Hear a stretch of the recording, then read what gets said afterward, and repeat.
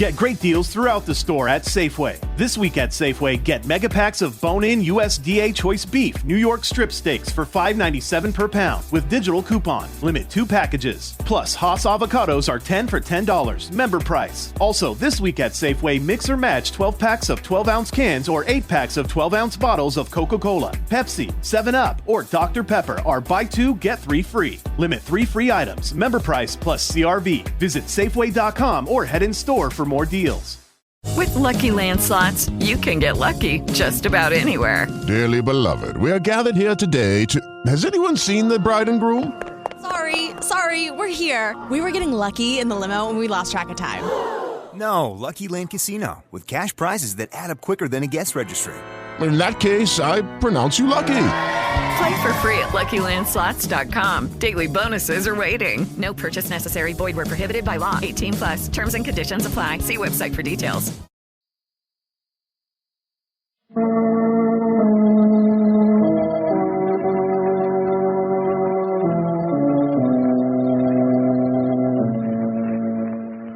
knows what evil lurks in the hearts of men? The shadow knows.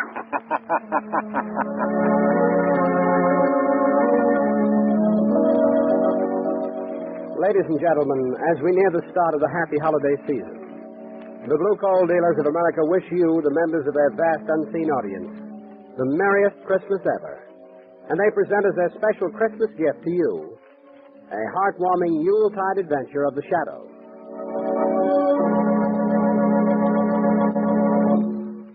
Before the Shadow starts his adventure, I'd like to add my Christmas greetings to those of the Blue Coal Dealers of America. You know, their product, Blue Coal, is the modern equivalent of the old-fashioned Yule log. You can depend upon Blue Coal to bring warmth, good cheer, and comfort to your home 24 hours of the day. And with each order of Blue Coal is included the free extra home heating service of your friendly Blue Coal dealer. Is your bin well filled for the holidays? If not, phone your neighborhood Blue Coal dealer first thing in the morning.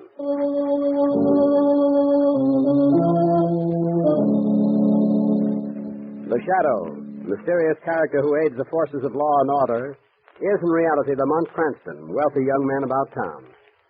As the Shadow, Cranston is gifted with a hypnotic power to cloud men's minds so that they cannot see him. Cranston's friend and companion, the lovely Margot Lane, is the only person who knows to whom the voice of the invisible shadow belongs. Today's drama, Joey's Christmas Story.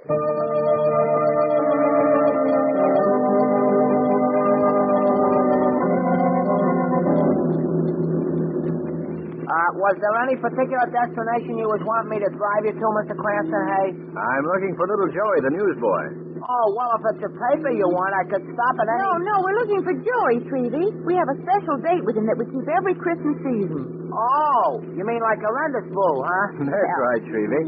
Every year for the past 3 seasons, we've taken Joey on a tour of the toy sections of all the department stores. Oh, well, now, ain't that nice? You know, this time of year, I get wishing I was a kid again myself. Ain't that silly? No, of course not, Treevy. We all feel that way. You know, my friend and acquaintance, Big Charlie, of whom you have heard me speak? Yes?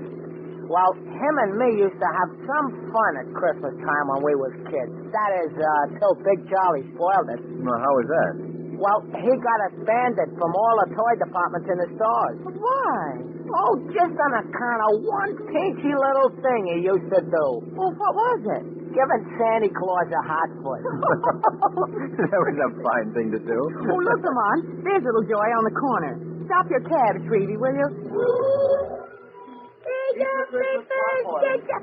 Mr. Cranston. Gosh, I thought maybe you wasn't coming. Well, how are you, Joey? I'm fine, thanks. Hello, Miss Lane. Hello, Joey. Are you all set for our little excursion, Joey? Well, I still have a couple of papers left. Oh, well, how many papers have you? Let's see. 2, 4, 6, 8, 10, 11. 11 I got. 11, eh? Well, do you think $5 would pay for them? Gosh, $5. Gee, Mr. Cranston, you shouldn't give me that much picture. Now, throw your papers away and we'll hop into the cab. Well, would you mind if I don't throw them away? Well, I mean, it's being almost Christmas and everything. Well, I like to give them away to some certain people who couldn't maybe afford to buy one. Why, sure. Go ahead, Joey. Gosh, thanks again, Mr. Cranston. Hey, well, the paper. Compliments to Joey. Oh, he's a swell kid. Look at him. You'd think he was giving away $1 million. That's just about what it is to him, too. Yeah, that kid is a regular character. I hope he saves a paper for me, hey? Oh, Shrevey, I don't think you're on his charity list. That's what I get for owning a cab. I got rid of more but one, Mr. Cranston. Well, good. Let's get into the cab. Okay. That's it. Well, why'd you save the one paper, Joey? Oh, that's me old friend Hobo Sam. He gets a lot of good out of a paper. Really? How's that? Well, when he finishes reading it, he wears it inside his shirt to keep warm. And the evening record's the warmest paper in town. They should advertise that. As I says before, that kid's a character, huh? Hey? Well, you tell us where Hobo Sam can be found, and we'll stop off there before we go to the store. He's down the street away. Hey, look, there's my pop. Hey, would you please go slow past this corner, Mr. Shrevey? Oh, sure thing, sure thing. Every invitation, thank you. Hiya, Pop! Hello, son. Pop, he looks nice, though. I bet you that he's the best-looking street corner Santa Claus in the whole world. Joey, how long has he been doing that job? Oh, ever since the holiday season started. He kind of needed a job, too. You see, he ain't been able to get much work the last couple of years. Well, it's good that he's found something at Christmas time anyway, Joey. Yeah, that's what I told him. But the money he's been making on this job is going out for back rent and bills and things. It ain't really Christmas money. Oh, so your prospects for Christmas are still none too bright. Well, Mr. Cranston, I ain't worried. Pop will find some way for us to have a good Christmas. You see, when he's worried like of anything, me and him take a walk down by the dock. We sit on the pier and watch the water going by. You know, Pop says that watching the water like that makes him all easy inside again. See, I like going down there with him. You know what I mean? I know what you mean, Joey. Oh, I figured you'd probably... Hey, look! There's Hobo Sam. Hey, will you stop a minute, Mr. Shrevey? Yeah, to be sure, to be sure. Hey, Sam, wait a minute. I got something for you. Excuse me, please. I'll be right back. All right. I got a paper for you, Sam. Lots of ads in it, too. It's practically an overcoat. Oh, Lamont. Wish there was something that we could do for Joey's family as well as for him. We will, Margot. We will do something. But it can't be charity. They're much too proud to accept that. There must be some way to help, though. We'll find a way. Leave it to me. Okay, I'm ready, Mr. Clancy. Well, how did Hobo Sam like the paper? I say, was he glad to get the paper? Oh. Hobo Sam. Oh, Hobo Sam, yeah. Well, what's the matter, Joey? You seem worried. Well, I just found out something from Hobo Sam. Oh, what? He just told me that the father of one of the kids I run around with was on his way to a house on Water Street to murder a guy. What? A guy murdered, did he say, hey? Did you get the address? Yeah, 18 Water Street. Well, we better notify the police at once. They ain't time for that, Mr. Cranston, but you could help. How? Well, you got a reputation as a gentleman detective, like, and you could do something about this yourself. Well, Oh, there's a guy being murdered, Mr. Cranston. Very well. Shrevey, 18 Water Street, and hurry.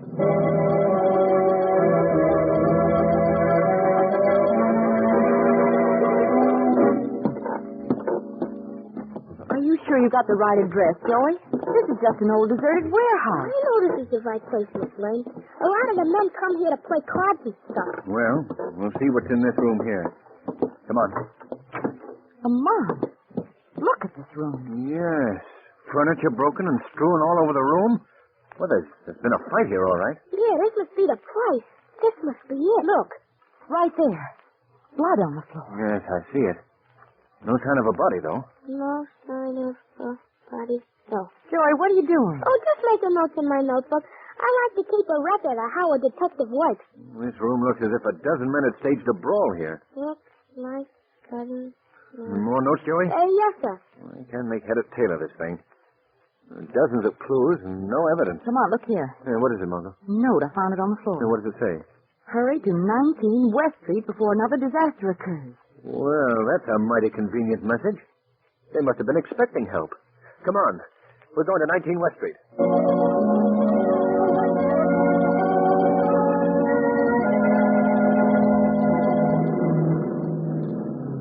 Oh, there's the number.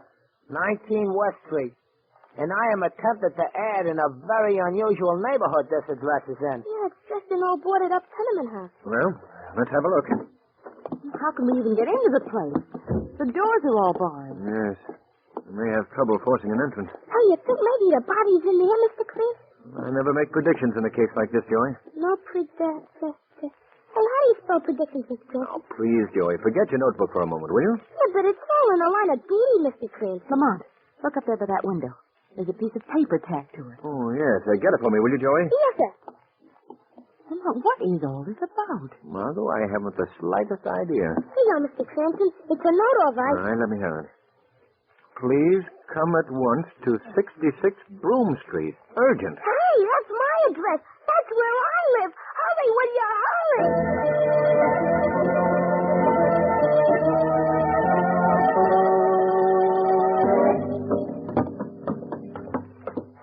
Our spot is right on this floor. Up here's a sort of a storage place, like kind of an attic. Oh, I suppose we better look up there. But, Joey, what are you doing home so early? Oh, hello, Mom. I'm working on something. Oh, again, Look, eh? Mom, please. This here is Miss Ray, Mr. Cranston. How do you do, Mrs. How do you do?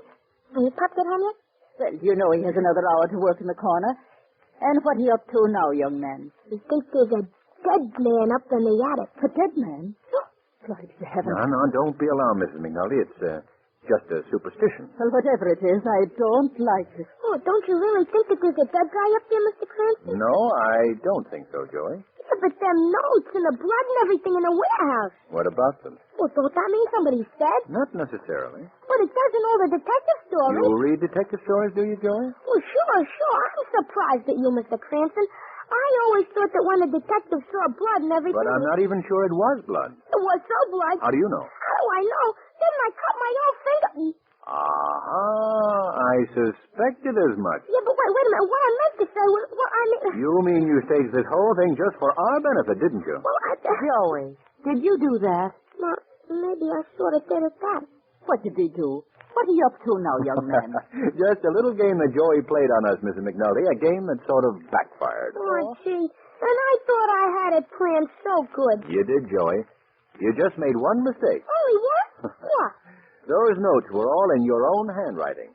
The same handwriting you used in your notebook. What do you know? Am I a dope? What was that? Joey, is this part of your game? No, I don't know nothing about that. Well, we better have a look up here in this attic. Wait there, Margot. Hey, I'm coming with you. That's the door right ahead. It's Mr. Murphy. Oh, he's been hit on the head. Hey, that's a nasty wound. Who is he, Joey? Well, Mr. Murphy's sort of the rich guy here in the neighborhood. And he's the meanest and stingiest in too. I see. What happened? What happened to you, sir? It's hit on the head. Well, who did it? I don't know. Blow came from behind. Hit me. Robbed me. Hey, look, here's his pocketbook on the floor. Let me see it, Joey. Here. Well, there's still some money in it. $10. How much money did you have, Mr. Murphy? $75. Oh, that's strange. If it was robbery, why did your assailant leave you the $10? I don't know. Hey, he's pissed out again. Well, I wonder how the person who attacked him made his getaway. There are no windows in this room, and we were at the only door. Gosh, then it must have been... Oh. Huh? What were you going to say? Nothing. It must have been who, Joey? I didn't say nothing. Very well. You'd rather not tell me. We'd better get Mr. Murphy down to your apartment at once.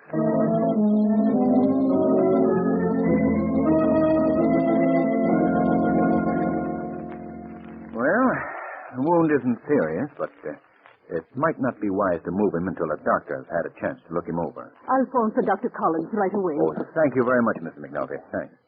Now, Margot, if you could get me some hot water, please. I didn't know you were home. Hey, Pop. I guess you were so busy cooking you didn't hear me come in. Oh, no, Pa. I'd have seen you. Hey, Pop, come on in here. Hello, son. What's going on here? Mr. Murphy, he got hit and robbed. Oh, well, no, that's too bad.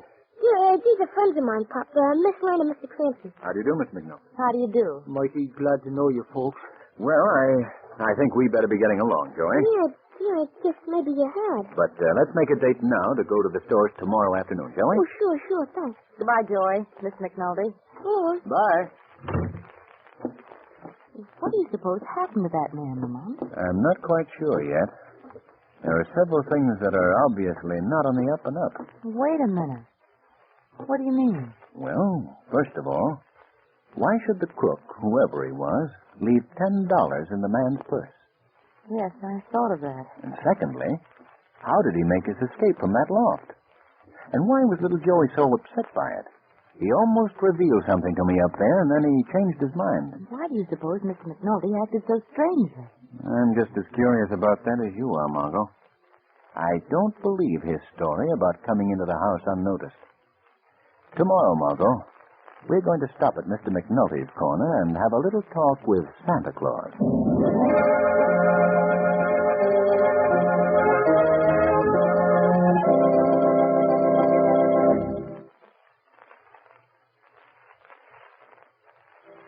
Before Lamont Cranston interviews Santa Claus, put yourself in his place for just a moment.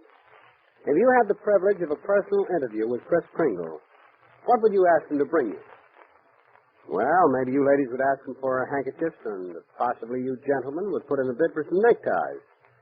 But if Santa Claus should bring you a sack full of blue coal, that would bring real Christmas cheer to ladies and gentlemen alike. For blue coal is America's finest hard coal. It burns better, banks better, distributes steady, long-lasting, convenient heat from cellar to attic of your home. And then supposing you got a blue coal automatic heat regulator, neatly done up in a special holiday wrapping, then you'd be doubly lucky, for you'd have the perfect heating combination for economy and comfort. Blue coal and a blue coal automatic heat regulator. But if you don't get the opportunity to interview Santa Claus personally, here's the next best thing to do. Phone your friendly blue coal dealer. You'll find him willing and eager to help you with any home heating problem. His name is listed in the Where to Buy It section of your classified telephone directory under the words Blue Coal. And now back to Joey's Christmas story.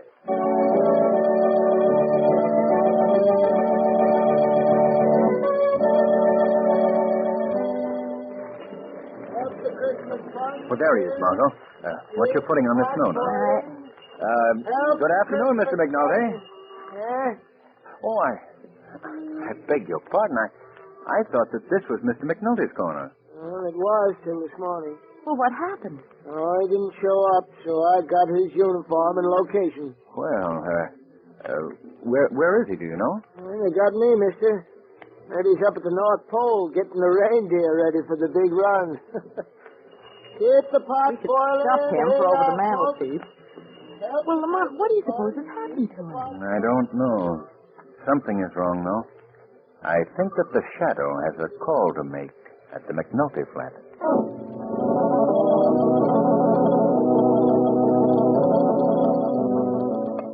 Now, let me see. Is that 2 cups of flour or 1 cup of flour? Oh, dear. Mrs. McNulty. Who is that? Now, don't be alarmed, Mrs. McNulty. I've come here to talk to you. But where are you? Who are you? I'm called the Shadow. Don't try to find me. I'm standing right here beside you.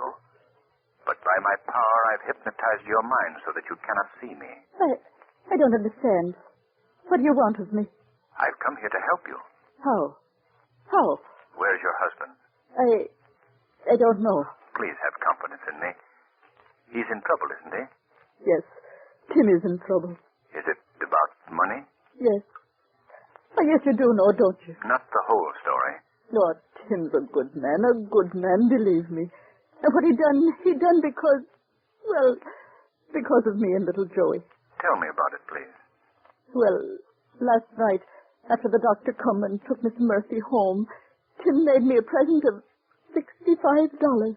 Did you know where the money came from? No. I mean, I wasn't sure. I asked him about it. I asked him where he come upon such a sum of wealth, and he avoided the question. I see. All he could tell me was that this Christmas, Joey and I were going to have all the things he couldn't give us in the past. I understand, Mrs. McNulty. And this morning, after he went to work, I found this note from Tim sitting on the kitchen table. What does the note say?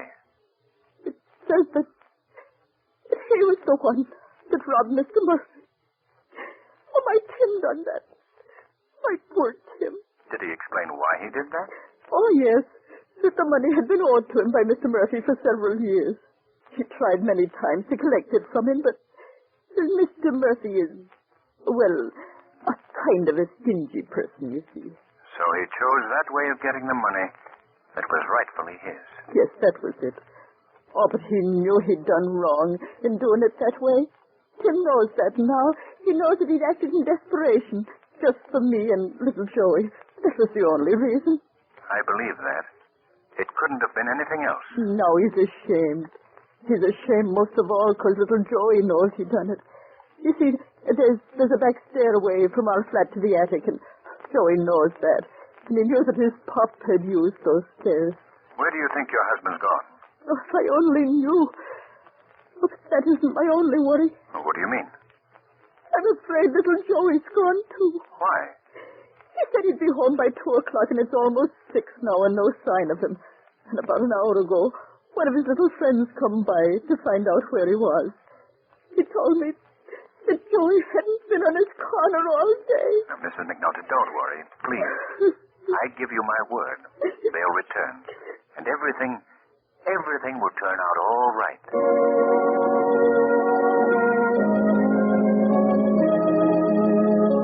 Well, what did you find out, Lamont?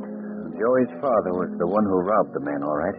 Oh, Lamont. Now both he and little Joey have disappeared. Oh, how awful. Oh, it's not that bad, Margot. I think I can find them on the docks at Water Street.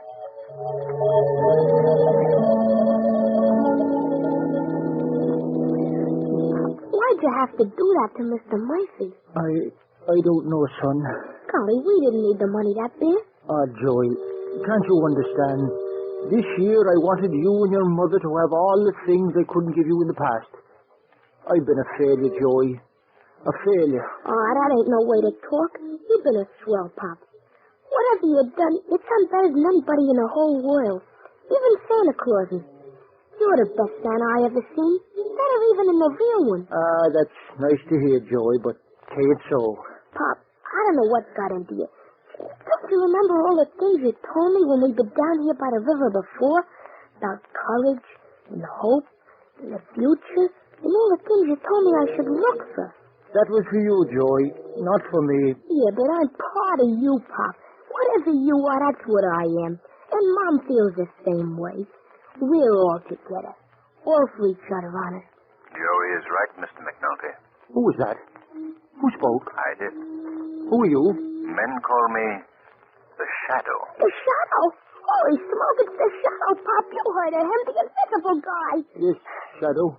If you've heard of me, then you both know that I'm here to help you. Did you hear that, Pop? The Shadow's gonna help us. Yes, but how? I know of the trouble that you're in, Mr. McNulty. I know what you did to Mr. Murphy. Oh, he wasn't to blame for that, honest, Mr. Shadow. Yes, I was. I was, Joey. But Mr. Murphy was a mean old man. He had plenty of dough, and he owed Pop that money for years and years and never paid it to him. That's why Pop's done what he's done. I know. I realize that, Joey. Well, what I did was wrong, Joey, and I must pay for it. I'm going to tell my story to the police. Oh, no. I don't think that will be necessary, Mr. McNulty. There's another way. A better way. Well, what is it? I want you and young Joey to go to Mr. Murphy's house. Tell him what you've done. Oh, he'd send Pop to jail for life. Wait, now do as I say, please. I'll be there with you. I believe if you explain your reasons to him, honestly and sincerely, tell him why you did what you did to him, even as hard a man as Mr. Murphy will listen to reason on this night of nights, Christmas Eve.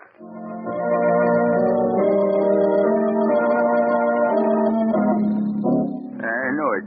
I had a feeling that you'd done this to me from the very beginning, McNulty. But I've come to ask your forgiveness, Mr. Murphy. Yeah. I've come here to ask you to understand why I did it. You robbed me. That was all. That's why you did it. But it was really Pop's money. Makes no difference. Turning you over to the police. We'll tell him it was Pop's money, too. Yeah, I'll never believe you. I'm the only one who knows about the debt. Remember that. That's where you're wrong, Mr. Murphy. You aren't the only one. Huh? Who was that? Oh, boy, the Shadow. He's here just like he said he'd be. Now, where are you? I can't see anyone. I shall remain quite invisible to your eyes, Mr. Murphy. But you're going to hear me, and you're going to do as I say. I don't understand this. I know all about this episode of the stolen money. and I realized that Mr. McNulty was wrong in what he did. But his reason for doing it is one that I shall always admire. What do you mean? Mr. McNulty has a family. A fine family, a wife and son. He loves them both very dearly. Things have not gone too well for that family for a long, long time. You wouldn't know what that means, Mr. Murphy. You can't realize how a man feels when he wants to give everything to his loved ones, and he has nothing to give. No, that doesn't justify... Wait, let me finish. He never bothered you for that money you owed him, although many times he needed it. Very much. Then, Christmas time approached. He asked you for the money, and you refused. That $65 meant the difference between happiness and despair to his wife and son. And what he did to you, he did for them. I see. Do you know what Christmas really means, Mr. Murphy? It's a time of forgiveness, of man's goodwill to man. You must know that feeling. You must show it by letting bygones be bygones between you and the McNultys. I see what you mean. I want whatever has stood between you to be forgotten. Tonight, that young boy is singing in the choir at the cathedral. I want you to join him and his family. Go with them to the church. Open your heart and your hands in forgiveness to them and all mankind.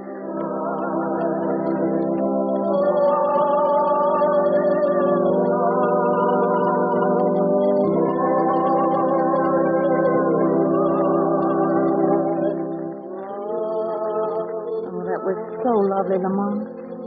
Church, the choir, everything. Yes, it was beautiful. Oh, look, Lamont. It's snowing again. Soft, gentle snow, covering the city with a blanket of white. See, that's almost like poetry, isn't it, Pop? Yes, Joey. Poetry. Shall we walk home, Mr. Murphy? Yes, I'd like to very much. Come on, Mother. Of course, kid. Golly, ain't that swell the way Pop and Mom and Mr. Murphy are friends and everything? Well, Joey, that's the spirit of Christmas. Peace on earth, goodwill to men. Hey, Mr. Clancy, but you're right. I gotta make a note of that in my notebook.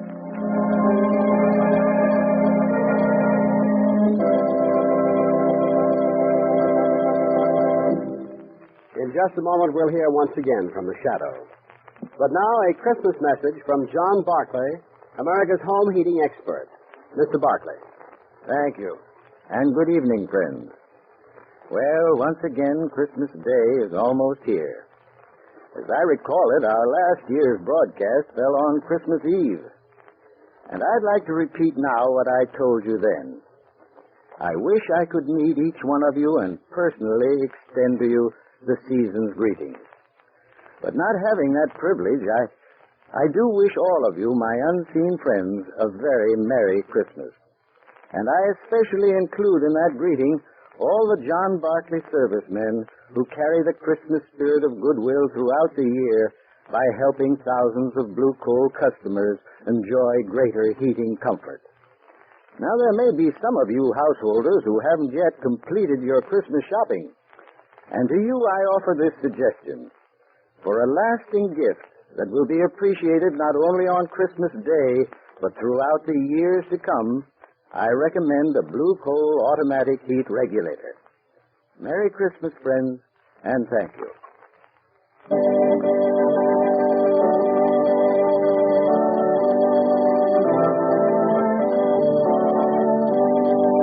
Today's program is based on a story copyrighted by the Shadow magazine.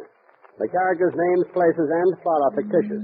Any similarity to persons living or dead is purely coincidental. The weed of crime bears bitter fruit. Crime does not pay. The shadow knows. Next week, same time, same station, the Blue Coal Dealers of America bring you an adventure of the shadow chock full of thrills and dynamic dramatic action. So be sure to listen. And be sure to phone your friendly Blue Coal dealer for greater heating comfort at less cost. We wish you a very Merry Christmas on behalf of our entire cast.